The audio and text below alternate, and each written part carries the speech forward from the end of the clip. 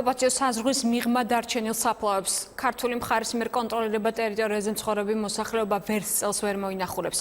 საოკუპაციო რეჟიმმა თბილისს უარი უთხრა, მოსახლეობა კი ისევ დახმარებას ითხოვს. სოფელ კირბალის სასაფლაო უკვე რამდენიმე წელია ორად გაიყო. საფლავებს, რომლებიც საოკუპაციო ხაზის მეორე მხარეს მოხვდა, მოსახლეობა ვერც წელს მოინახულებს. მათი თქმით, ტერიტორიაზე გასვლა რამდენჯერმე სცადეს, თუმცა ყოველი შემთხვევა მათი დაკავებით დასრულდა. იყო ფაქტები, როცა ადგილობრივები რუსმა სამხედროებმა ქართული მხარის კონტროლირება ტერიტორიაზე მდებარე საფლავებიდანაც წაიყვანეს.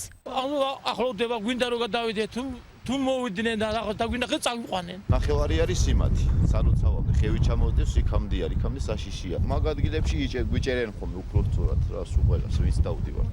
ადგილობრივები ცდილობენ საფლავზე რამდენიმე ადამიანთან ერთად გავიდნენ, რადგან ფიქრობენ, რომ ეგრეთ წოდებული მესაზღვრეები ბევრ ადამიანს ერთად ვერ დააკავებენ. კირბალის მოსახლეობამ საფლავებთან ერთად სალოცავზე წასვლის უფლებაც დაკარგა. ადგილობრივები გამოსავალს მოლაპარაკებებში ხედავენ. შეწუხებულები ვართ, მკვდარი არ დაგვიმარხია.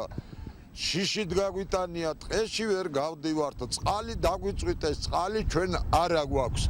სოფელი უპატრონოთ არის. ამ თემაზე ქართული მხარე მოლაპარაკებებს ერგნეთის შეხვედრაზე მუდმივად აყენებს. აღდგომის დღესასწაულზე საფლავებზე თავისუფლად გადაადგილების ნებართვას საოკუპაციო რეჟიმი წელსაც არ დათანხმდა. ვისაუბრეთ იმაზე, რომ აღდგომის დღესასწაულზე ჩვენს მოქალაქეებს მიეცეთ შესაძლებლობა დაუბრკოლებლად მოინახულონ ოკუპირებულ ტერიტორიაზე მდებარე მათი წინაპრებისა და ახლობლების საფლავები.